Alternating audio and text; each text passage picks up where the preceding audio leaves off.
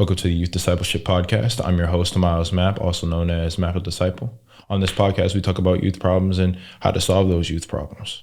Today, I'm here with Devin. How you doing, Devin? What's going on? Today's topic, we're going to talk about how to deal with people with hardened hearts and scoffers as well. Because on this topic, if you're evangelizing or if you're talking about your faith with someone and they have hardened hearts or they scoff at you or laugh at you or make fun of your beliefs, and it can discourage you, it can turn you into a Pharisee real quick. And that's a dangerous thing. Jesus said, if you're not more righteous than the Pharisees, you will not inherit the kingdom of God. So what is your experience with people with hardened hearts or in scoffers? Yep. I tell you, I don't know if I've had much experience with people scoffing at me to my face. Because, even just with preparing for the podcast and stuff like that, I just looked up, okay, what is a scoffer actually? And someone who makes fun or laughs at your beliefs or something like that, or around that. And no one that I can remember has to my face made fun of my belief system or laughed at me, that I can remember. I think I would remember something like that. But I have dealt with a lot of people with hardened hearts. So in my experience, dealing with people with hardened hearts, it's twofold. Sometimes it's people whose hearts are just hard. I'm meeting them for the first time or whatever, and they're just not willing to listen to anything you have to say. That doesn't necessarily bother me all that much because it's sad, because it's someone who doesn't want to listen to the gospel. But I'm just like, all right, well, hopefully God will soften their hearts as time goes on. Excuse me. The stuff that really hurts my feelings are folks that I know who I see their hearts harden over time. And I've seen that quite a bit.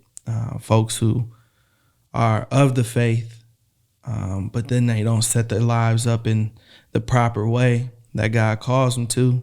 Doesn't set up good boundaries in their lives to remain faithful and keep walking with Jesus. And then, 2, 3, 4 years down the line, their hearts start to become hard and they stop listening to the word. They stop listening to the spirit. They stop listening to brothers and sisters around them. And then boom, they're gone pretty much after that.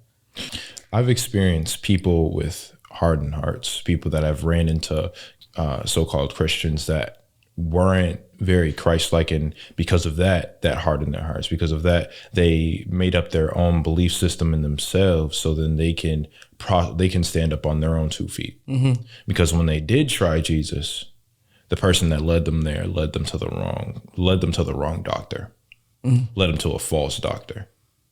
And when it comes to those people, I try to think like this. I try to think in a spirit of mourning for those people. Mm-hmm. A way of thinking where I can't really get upset because, someone else, they failed them. Mm-hmm. It wasn't Jesus that failed them, but it was the person that pointed where Jesus was that failed them. He pointed them in the wrong direction. Mm-hmm.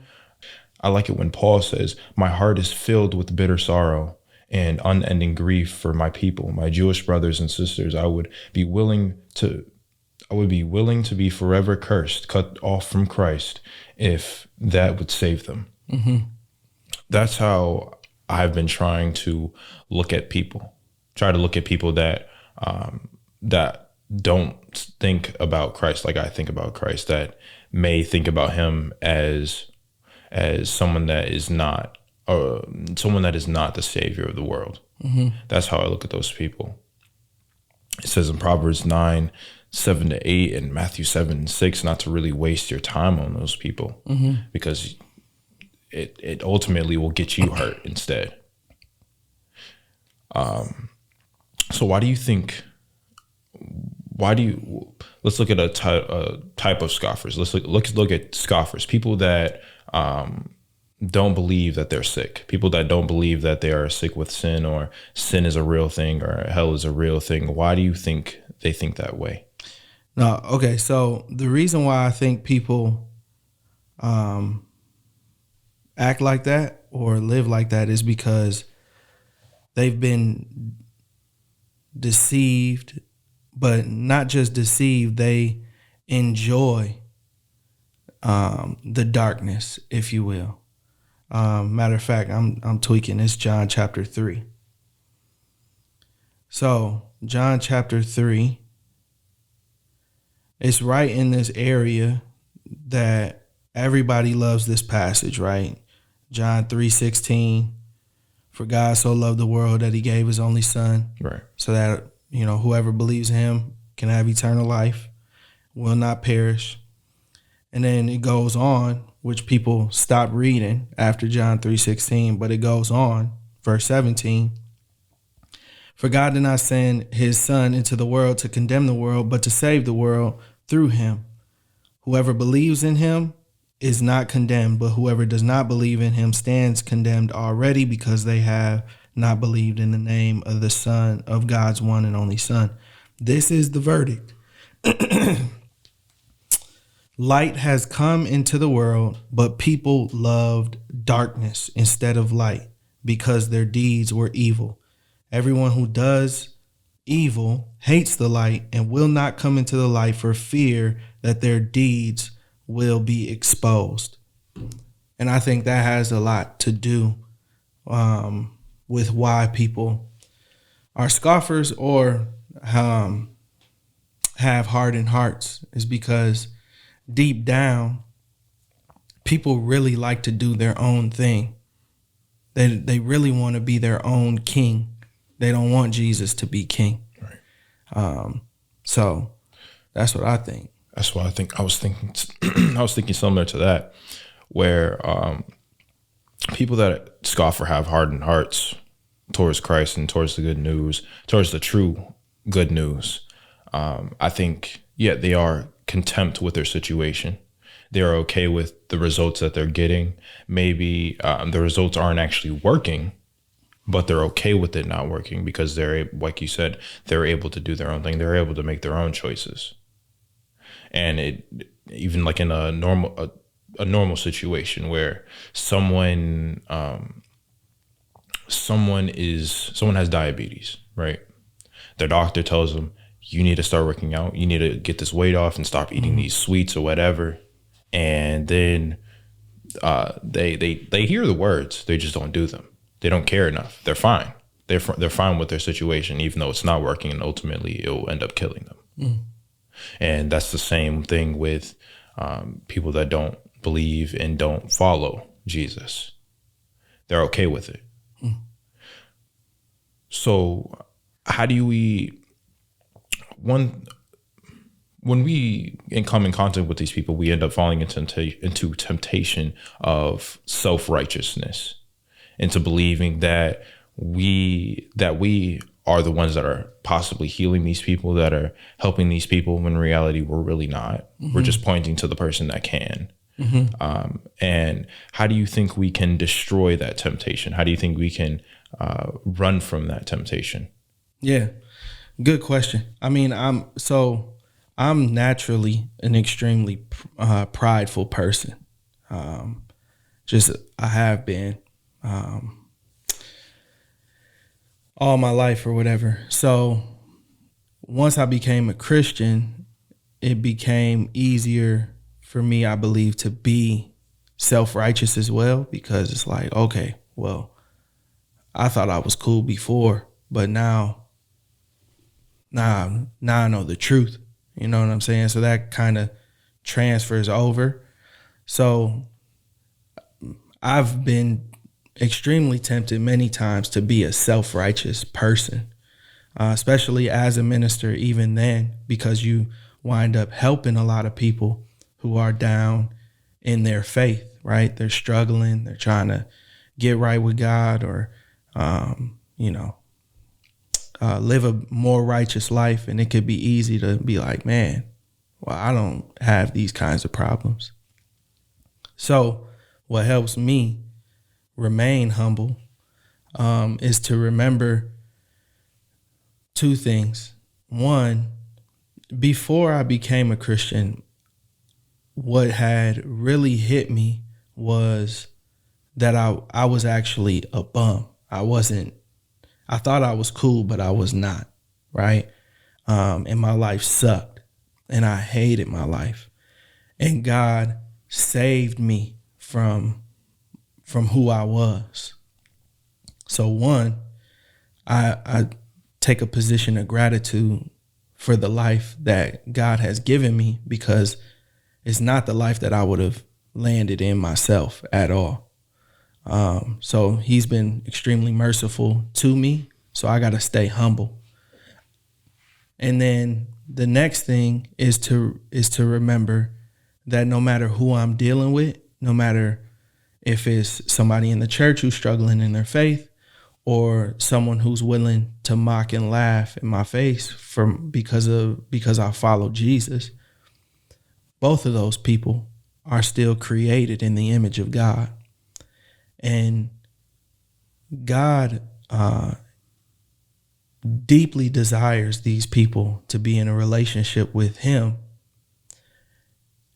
So I should desire that too, and not think of myself better than them because he died on the cross for them, just like he died on the cross for me.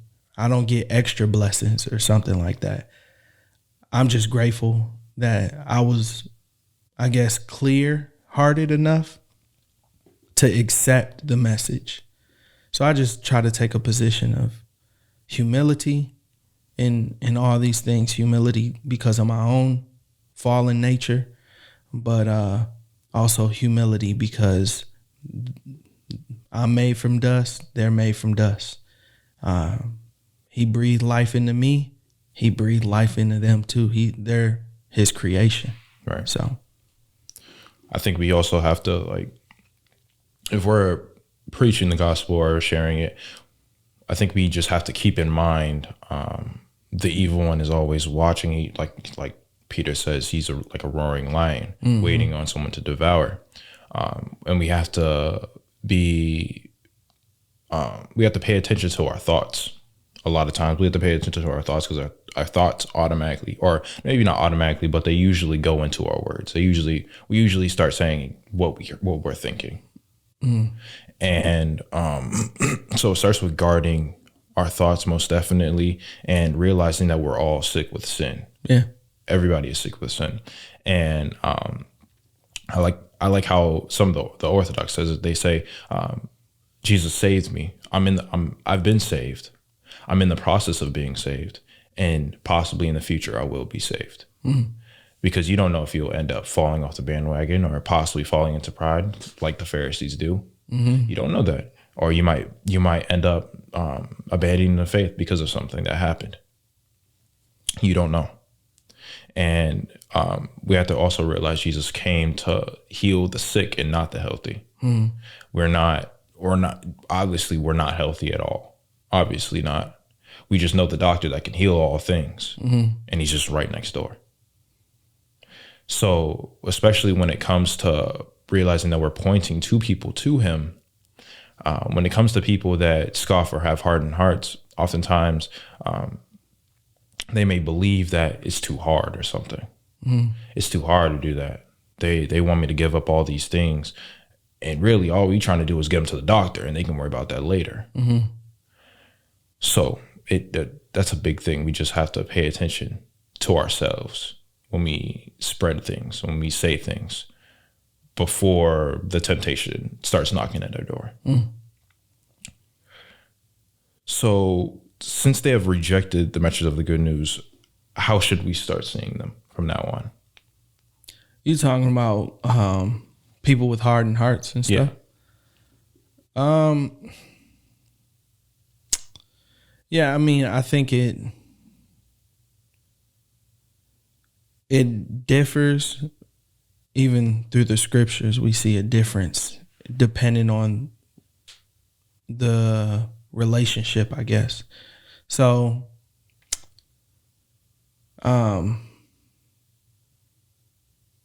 you think about how Jesus approached someone like the Pharisees and how they scoffed at him, they mocked him. You know what I mean? Mm-hmm. And he was he was pretty harsh with them. Called them hypocrites, called them whitewashed tombs. You know what I mean? He was real direct, real harsh with them. Brood of vipers. Right.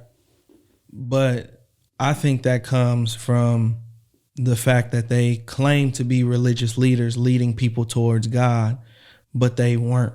I know in one instance he tells them that you will go to all these lengths just to make one convert, and when you do, you make them twice the child of the devil or something like that, right? So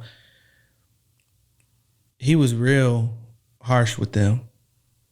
So if you get a person like that who has a hardened heart, but they claim to be not only just a follower of the Most High, but leading people to the Most High, when in fact they're leading people further away, there's a certain level of directness that needs to be in that relationship. So I've talked to ministers before, excuse me, who are preaching false doctrines, and I'm not like, it's not a buddy kind of relationship. You know what I'm saying? I'll be cool with you in the sense of I'm not going to disrespect you because I'm not Jesus. I ain't going to call you, well, I might call you a brood of viper depending on what you're doing, but I'm not going to disrespect you or dishonor you. Right. Because you're still a child of God too. But I am not going to be fluffy with my words. No, bro, you're preaching a lie. You know what I'm saying? Then you get somebody like, you think about the two thieves on the cross. Many of the gospels, more than one of the gospels, say that they both mocked him. And then you get in another gospel that one of them, Jesus says, today you'll be with me in paradise. I think that they both actually were mocking him, scoffing at him. But then one wised up and was like, whoa, wait a minute. Nah, he's the truth. You know what I mean? And Jesus was merciful towards that person, right? So he handled that in a totally different situation. How do you think we can develop a spirit of mourning for them, mourning for people, like as if they are our long lost brother or sister, or a long lost brother or sister? I think it stems back from understanding Genesis 1, that we're all created in the image of God. That's the only way I can see it being possible, because that's the last remaining connection that you would have with someone who's gonna directly disobey Jesus. The only thing you as a Christian have left to unite yourself with them is the fact that they're, created by God as well. Right. So that's what I think.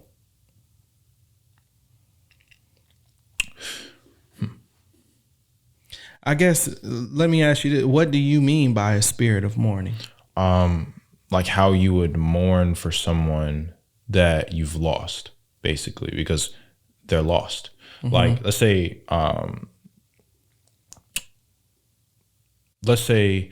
well, I'll get a little bolder with this one. Let's say your brother dies, right? Mm-hmm.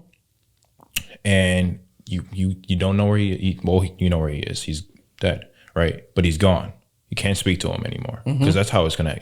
Eventually, that's how it's going to be. If they don't change their ways, mm-hmm. they're going to be in hell. So how do you think we develop that type of spirit, that true type of mourning, where that's all in your mind all day? That person that that doesn't want to listen to what you have to say, that doesn't want to listen to the good news, that doesn't want to pick up their Bible, that maybe even a lukewarm, someone that is in the faith but is like halfway in the door, halfway out, and doesn't truly want to take that last final step to truly be inside that door. Yeah. So I don't think God puts that burden on you nor on me to mourn for the lost in that kind of way, to let it consume us. I think we're called to have compassion towards people. But he also said, go to these cities, preach, and if you're accepted, take that acceptance. But if you're not, dust your feet off and go to the next town. What if those disciples were so overwhelmed with grief that this last city wouldn't talk, wouldn't listen, that they refused to go to the next city? You know what I mean? Right. I think even the idea of mourning itself, mourning has a period, right? You're not supposed to, it's not healthy to mourn continuously. So it's okay to take it in and say, okay, that's sad. This situation or that situation is sad and that hurts. But God is still good, and the next person might accept the message. So I have to keep going. You know what I mean? Mm-hmm. So I guess I would just say be careful with the whole mourning for the lost kind of situation. I have many people that have died in my life that, according to the scriptures, they're not in heaven. They're not good with God. Now God does whatever he wants to do on his end. I'm just holding him to his own word. They didn't make it to heaven. I can't sit around and be like, you know, oh, so-and-so is in hell, and this is it. That would ruin my life. You know what I mean? I got to keep going and try to get as many people as I can, right, to go to heaven with me, you know, as I strive for it. That in return may even harden your heart. Yeah. It caused bitterness towards God and stuff like that. Maybe, yeah. So, what is your advice with dealing with people that do have hardened hearts, that do scoff, that have those that don't want to come? So I studied the Bible with a lot of different people over the years, and for me, I keep it pushing, but I don't close the door completely, in the sense like I won't talk to these people anymore. So if it's clear that a person has a hard heart, then it's like, all right, well, you go your way, I'll go mine. My line is always open. If you need anything, if you have any questions, if something along the way sparks your interest, you know how to contact me, and we can get together again. You know what I mean? So that's kind of how I handle it. I believe that like God has his own timing with people. You know what I mean? And I've seen people in year 2019 have a hard heart, and then they go through something or they experience something, and then in 2024 they give you that call, you know, hey man, would you be willing to sit down and get some coffee with me? And I'm like, all right, well, I know, I've seen this before, you know what I mean? So right. God done got at you, you know what I mean? So I just don't close the door on people completely. And then I'll add that there are people who have made it more difficult for me personally to be involved, because like I've had people steal from me. I've had people, you know what I'm saying, wrong my family and stuff like that, I might not sit down with you right now, but I won't close the door on somebody sitting down with you. So I'll get somebody to sit down with you. I could think of a particular relationship right now.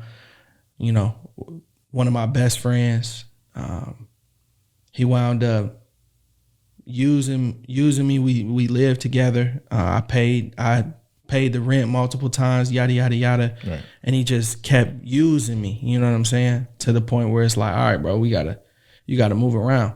So let me ask you this. What about somebody that is, that lives with those people that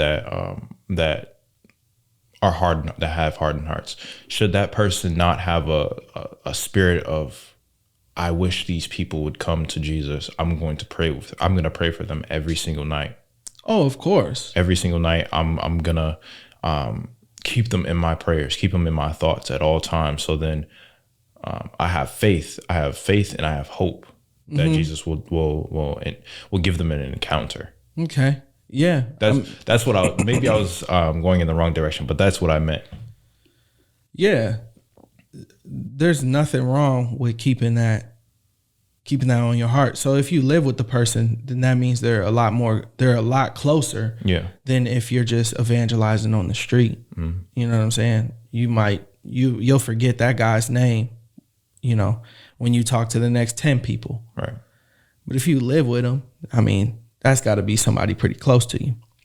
So it's totally okay to pray for them, to have them on your heart, have them on your mind frequently, daily, or whatever. I think about Jesus. Jesus's brothers did mock him. They did scoff at him. And then it's clear that at least one, but likely two, who was it? Jude and James. James became one of the first church leaders in Jerusalem. You know what I'm saying? As his brother. So they went from scoffing to believing wholeheartedly to dying for the faith in that way. So do you think Jesus was like, all right, bro, I'm just not dealing with my family then? You know what I'm saying? No. Just cast them to the side. No, of course not. He showed them all the love that they needed to. And then even after he died and rose from the dead, they were some of the first people he went to. So they were big on his heart. All right. Mm-hmm. Once again, this is the Youth Discipleship Podcast. Here with Devin. Do you have any more questions or anything else left to say? No, I appreciate it. I appreciate you bringing this topic up because it's something that I haven't necessarily thought about in great detail. So I was happy to do some research and look into scoffing and hard-heartedness and stuff like that. So hopefully people got something good to take away from it. Well, once again, this is the Youth Discipleship Podcast. I'm your host, Miles Mapp, also known as Math Disciple. And if you have any more questions or any suggestions, or if you related to this podcast heavily, leave a comment below. And we'll be back soon. God bless.